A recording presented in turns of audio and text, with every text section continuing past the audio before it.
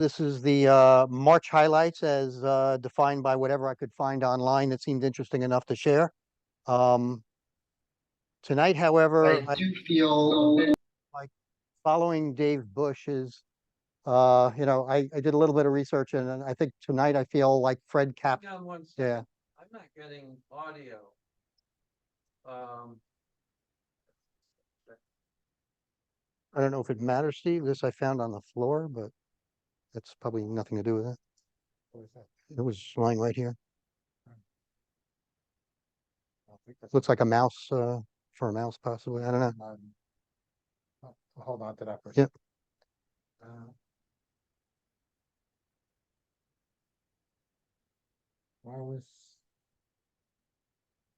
Wireless microphone RX, that's yours.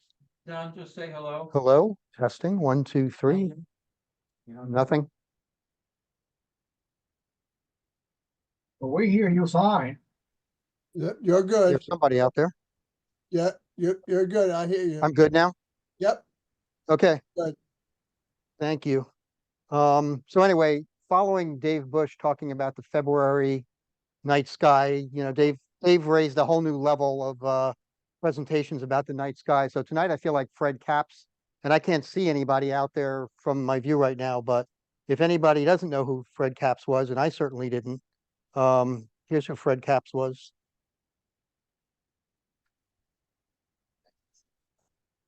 Okay.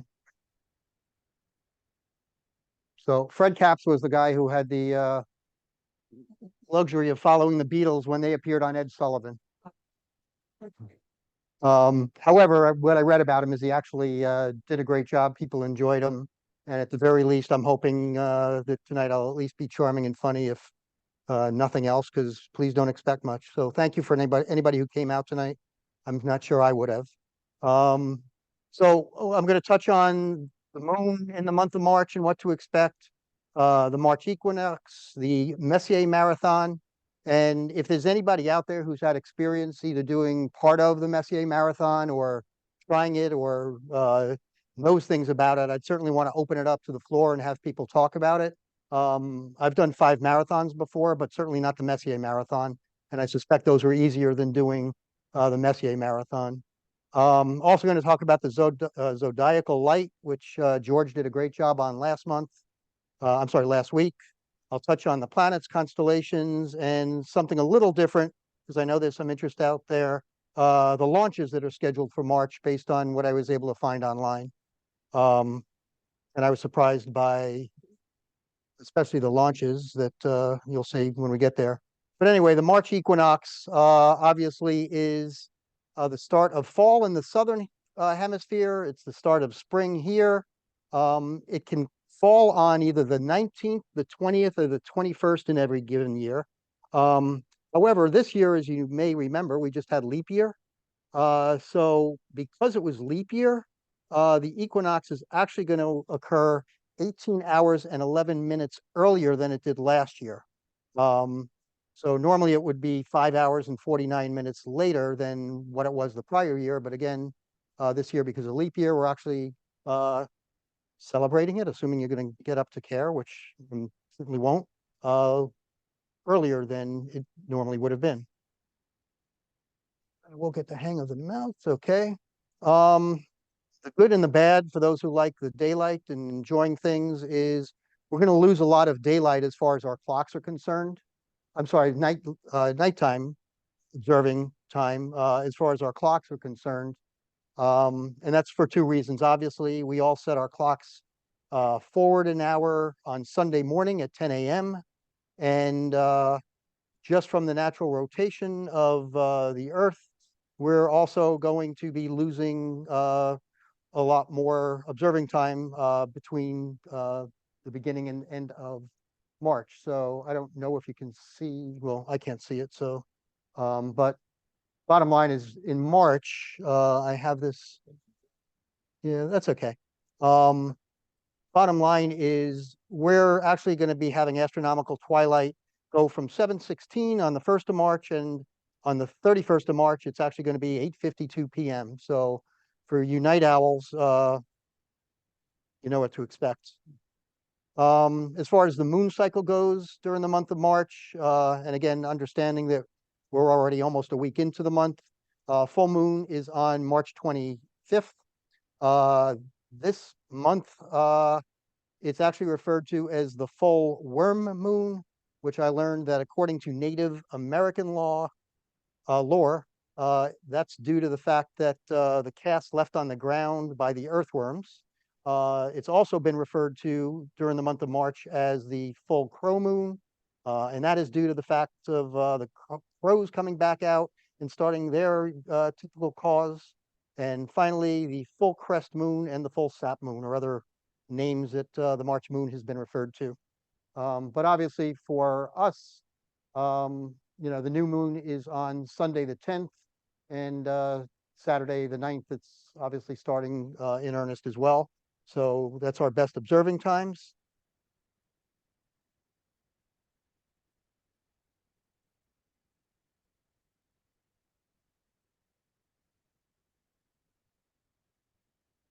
It's easier.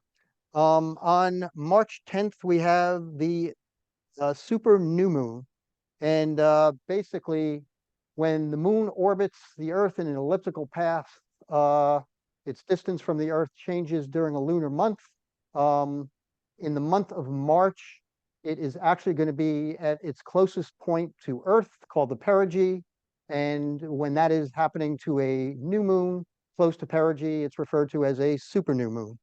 And I purposely, by the way, just on all these slides, giving you the source of where I found things out in case anybody's interested in future checking out some of these websites. That was probably the best thing going through this exercise is, again, just uncovering so many great sources of data, assuming it's not BS and it's actually all correct.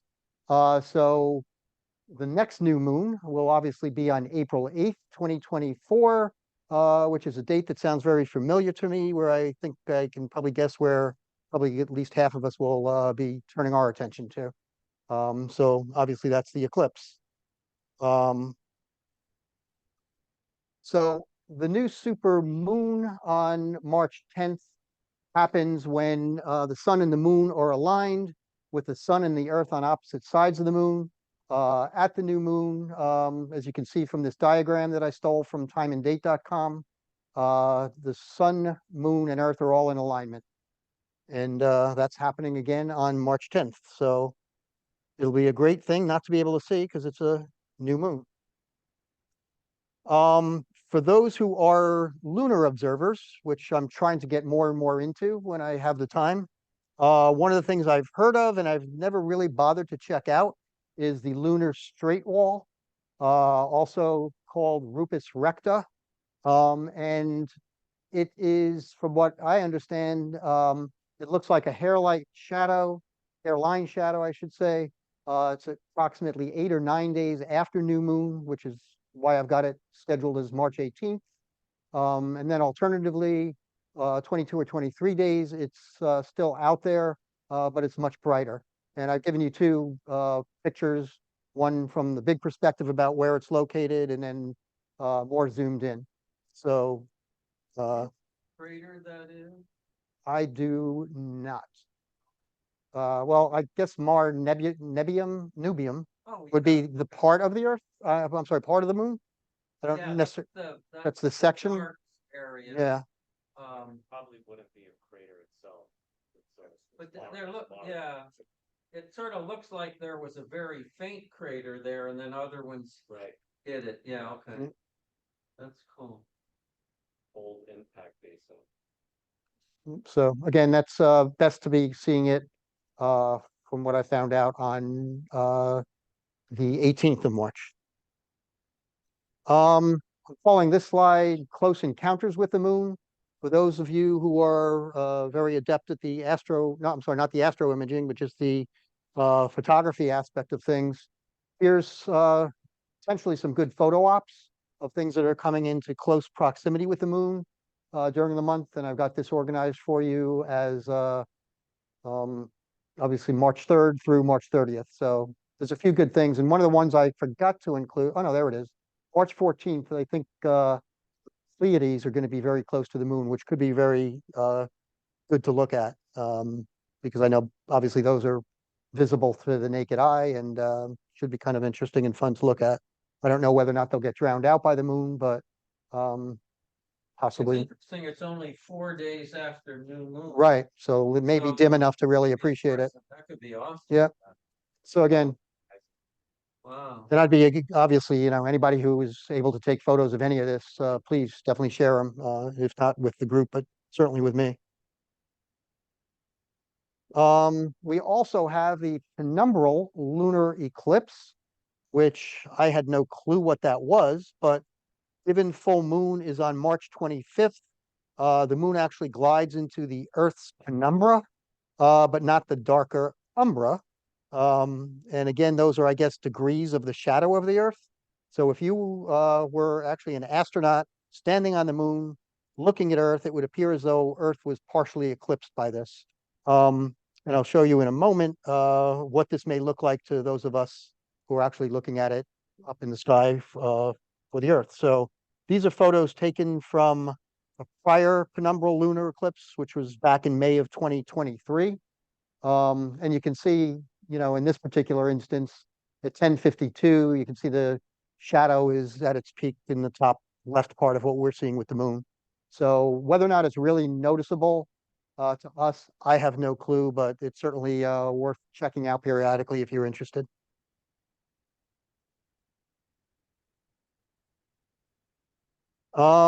And now we also have the Messier Marathon, which is somebody admittedly who is a lazy astronomer and uses all the go-to I can. I am not the person who's going to be attempting this, but the Messier Marathon is basically a period of time, which for us is going to be in early March, March 10th specifically, I think is where it's probably the best opportunity because it's new moon, where if you do it right and from the right location and all the stars align for you, you potentially could see all 110 astronomical objects of Messier's catalog, which, as a reminder for those who may not know, Messier was trying to actually find comets. So every time he stumbled upon something, he decided to make note of it. And I believe, and this is where I'm maybe a little bit over my skis, even after he died, there were a few items that were actually added to his list. And I believe he was doing his observing from France. So what he was able to see, and obviously may be different than us. But I'd be curious because we obviously have some very experienced observers out there. And I can't see again. Maybe I can. Is anybody out there actually attempted this or come close to attempting it? And if so, please just kind of tell us your experiences with the Messier Marathon, or even deciding to do a half marathon or a 10K if that was the case. Yeah, Don, you there? Somebody. Yeah, that was me, Okay. Panino. Yeah, I didn't try it, but I do know that about 12 years ago, a bunch of heavy hitters it was more than 12, AOS got together at Montauk, and they each found over 100 of them. I think Bill Bogardus did the best, like 105 or 106. And I also know Steve Bellavia did it more recently out of Custer. And I think he got, I forgot, close to 88. 190. And one of the 88, oh, is that Steve 88. there? Yeah, and I think the 88 and my reason he missed getting them more, the hardest about getting them, the first ones are in twilight. And if you spend too much time looking for them, you're going to miss others. My heartburn got me. I had to stop. At So 3 in the Steve's morning, here. 4 in the morning, I stopped. Yeah, Steve spent the whole night, so I'll let him talk about it. Yeah. So Steve, anything you could add to it just from the Yeah, experience of it? so I'd love to here's my hear. best advice. The reason I couldn't get to the 100 is because about 88, my heartburn was so bad, I was literally, I couldn't move anymore. I was like, my esophagus was inside out. And the reason that happened is because I was using a regular finder scope. So I had to keep crawling on the floor to look through it. And had I used a laser pointer finder scope, I'm certain I would have gotten at least 100. Well, I thought So you were going to that's say my 'cause all the advice. coffee you drink. Use a laser pointer finder scope so you don't have to keep bending down and contorting yourself. Because I found them all manually. I wasn't using computers or anything. I did it all by star hopping. But the problem was I didn't use a good finder scope. I used a regular finder scope that's a straight through, and it was an equatorial mount, and that might have been a mistake too. Maybe I should have used an alt-az mount, but you get into all these contorted positions, one after another, and it starts to add up. So I would say my advice is use an alt-az mount and a laser pointer finder scope if it's a place that lets you use laser pointers, so that you can star hop much easier. Yeah, so Where did you do it from, Custer? from Custer, yeah. And Great. but it was still good. It was still fun. And I made the other thing I did is, so I was using a regular telescope, with no computers or anything, just an equatorial mount. And but I also had a camera strapped to the side, and every time I found one, I would hit the 30-second shutter button so that I have 88 pictures too. But Wow. but that was just with a camera strapped to the side of the scope with a manual take a picture button. So That's great. yeah, Anybody else have? use a good finder scope. And a good chart, of course. But the charts now, you can find the Messier charts. It tells you exactly what order to do them in. Yep. And with that lead in, Tom, again, thanks for your comments as well. And with that lead in, I couldn't have set me up any better. So this chart I found online lists the objects from easy to very hard in terms of the Messier Marathon. It also color codes to tell you what they are. You can see the light blue are galaxies, the red are open clusters, nebula are the purple, and globular clusters are the green. So, yeah. And what's that? Oh, right. It looks like the periodic chart of Very hard. yeah. So I guess I don't know if they're ranked top to bottom as most difficult, but obviously M91 appears to win the award. All right. And next, I'm about to show a very short video I found on YouTube about similar to what Steve just said, somebody else who's given some advice about the Messier Marathon. It's a very short video. It's only about 2 or 3 minutes long. And you'll see from what he's saying, he's actually groups things into, in this particular case, 6 different groups. And he proposes attacking them like one group at a time and then moving on, which is an interesting approach as well. So let me see if this link will work. In my last video, I promised you 5 tips for completing a photographic Messier Marathon challenge, and I introduced you to my good friend, Jonathan Ward. Now, Jonathan knows way more about space than I do. In fact, he even just finished a book project with Colonel Eileen Collins. She was the first female pilot and commander of the shuttle. Her life memoirs are called Through the Glass Ceiling to the Stars, and you can find it at your local bookstore or on Amazon at the link below. Let's get into the tips. Jonathan, take it away. Planning is the #1 key to running a successful Messier imaging marathon. Make sure that you realize you've got 9.5 hours to shoot 110 objects. So that gives you about 5 minutes per object, which is about 6 30-second exposures and 2 minutes to move between each one. Know which objects you're going to be setting first, which are M74, M33, and M77, and shoot those first because they're going to set right after the twilight ends. And M30 is going to rise just as morning twilight is beginning. I divided the 110 objects into 6 groups, and I gave myself 15 minutes of catch-up time between groups. If you can't find an object, move on to the next one. Come back to the missed ones at the end of a group. So make sure that you have a checklist so that you have the ability to go back and find the ones that you've missed in case something goes wrong along the way. And definitely things will go wrong along the way. Plan on sitting at your telescope all night long. It's not going to be one of those things where you can just sit in your car and let the telescope chug along. I would recommend having a reference guide handy so that you can identify things like open clusters and galaxies, because they all start to look alike after a while, especially the ones that you've never seen before. The other thing that's very helpful is to get rid of time wasters, which are things like centering on an object perfectly, doing meridian flips, refocusing, or plate solving. Don't worry about any of those things. Do that all between groups. If you're doing this as a marathon, think about this as holiday postcards, not formal portraits. One more thing, if you're interested in seeing the gear that Jonathan used to complete the Messier Marathon, as well as the software, check out the description below. I have it all there. Thank you so much again for watching. George did a great job last week about talking about a lot of things to see, but he obviously also spoke about the zodiacal light. March is a time of year where it starts to become evident again, if in fact you are able to see it. And basically, the best time to look at it is before morning dawn breaks or right after evening twilight. Um, Unlike true dawn or dusk, there's no rosy color to the zodiacal light. It lacks the reddish hues caused by Earth's atmosphere. Instead, it looks like a hazy pyramid, comparable to in brightness to the Milky Way, but even milkier in appearance. And it's basically, the actual cause of it is still, I've learned, a bit questionable. Um, Now, I think its popular opinion is that it may be actually exclusively from debris from Mars.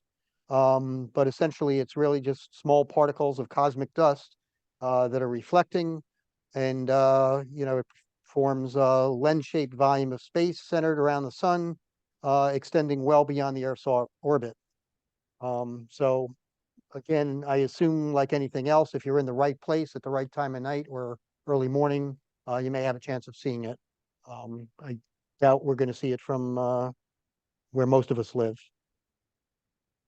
Um, and here's just further explanation of what causes the zodiacal light to happen.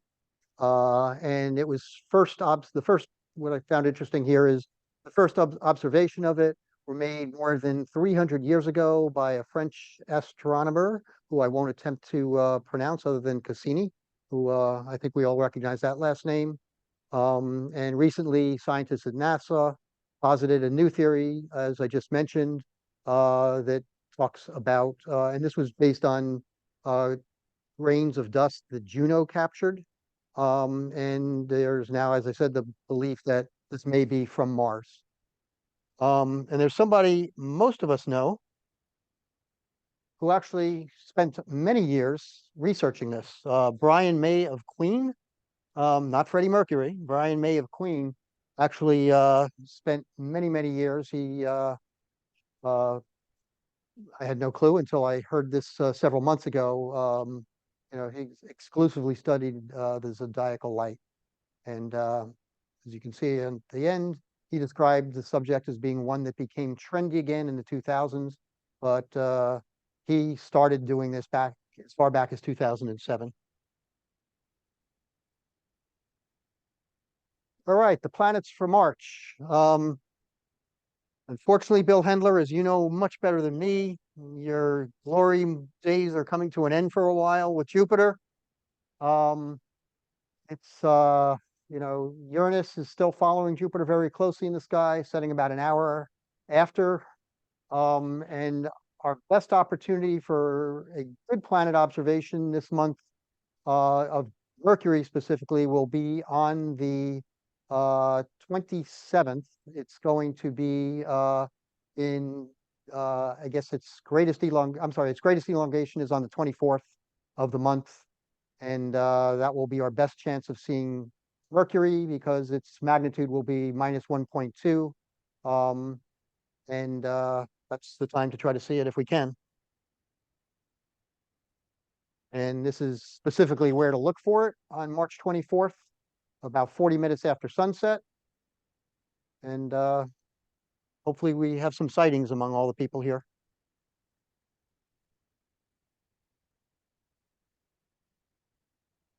This I put together, not that I know much about the constellations, just because I found it interesting to see rotationally what's going to happen to them during the month of March. Some on the outer fringes are going to be out of our line of sight, and some are actually going to be entering our line of sight. So let's see if this will just work.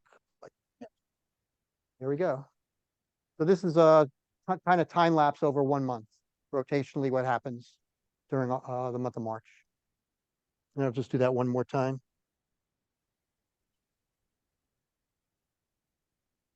We'll give them time. I think I did this for 2300, so 11 p.m. at night. And again, from what I learned, although I'm far from a subject matter expert on this, I've heard that there's a lot to see in Hydra, which on this visual is down just right of center on the bottom, as well as Ursa Major. There's a lot of things to see from a photo op opportunity for those who are astrophotographers. And this is again just two different perspectives of the constellations during the month of March. I just chose March 15th from right here, and this one's 9:30 at night. So north in this case is up. So these are the constellations. And then this is just the different view with north being down at this point. And I wish I could tell you more about them, but I won't be. Say goodbye to Orion. Yeah. All right. So I know several people here are very interested in the launch aspect of space and everything that goes on. So I found the website. Whether or not this is 100% accurate, I don't know, but it's called nextspaceflight.com.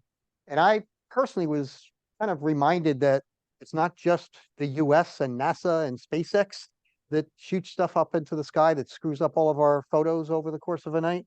But you'll see by the time I'm done with this, there's a lot of countries who are also shooting things up there. And again, bear in mind, this is just the things advertised. Who knows what kind of military launches are happening that none of us will ever know about, all the time from who knows what countries. As those of you who follow the news may have heard, I guess about 2 weeks ago, with the Soviets apparently putting up a space satellite that could potentially stop a lot of them from working out there for others, should they be inclined. So again, I just found this interesting from the perspective of who's putting stuff out up in space. And I've got a summary of it at the end of this. And this is in chronological order. So today is March 6th. Let me just see if I go back. We had the Falcon 9 that I know Tom, as an example, was able to see the other day. This Friday, Japan is putting one up there. So again, this is just out there for those who may be interested. Roscosmos is being launched on March 30th from Kazakhstan. You've obviously got SpaceX, which we've all heard of, and they're pretty prolific, as you'll see in a moment.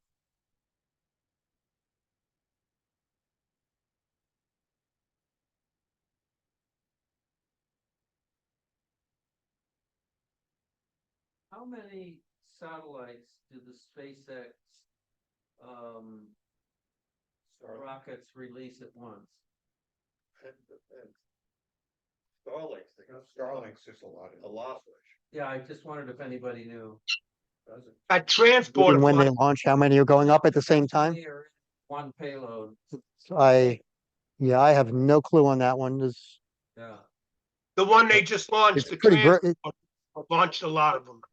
They launched dozens of satellites. I think on the one that just, the first one you add up the transporter from the other day. I forgot, but 90 different satellites, 50, I forgot, but yeah, there was a lot of different satellites on the transporter one, small satellites, and that's what they're Right. selling. Launch small satellites. You don't pay for the whole launch. You pay on only a fraction of it, and they load up with a bunch of small satellites on it. Highest number is 142 according. Oh, thank you. Highest number, according to Bill, who just looked it up, is 142, for those who may not have heard. Thanks, Tom. I know several of us were doing an outreach at Jericho High School several months ago, and we were fortunate enough to actually see the Starlink trail up in the sky. I mean, couldn't have been timed any better for when we were there. Yeah. Oh, fun. Yeah, it's pretty impressive to see. All right, so what I did is just a summary based on March and this website of what I just showed you individually. So you can see, China is responsible for 1, the US is responsible for 14. And as an example, for the US, it's among 5 different entities: Firefly, Northrop, Rocket Lab. SpaceX is doing 9, which is clearly the overall winner during the month of March. And ULA, and again, I have no firsthand knowledge of what any given company is out there, but I was surprised to see like New Zealand. I would never have even thought of New Zealand and space necessarily together, but like I said, it just comes from being a spoiled American and not realizing kind of the global impact of what's out there. And finally, that's it for the night. I hope you've all had a blast.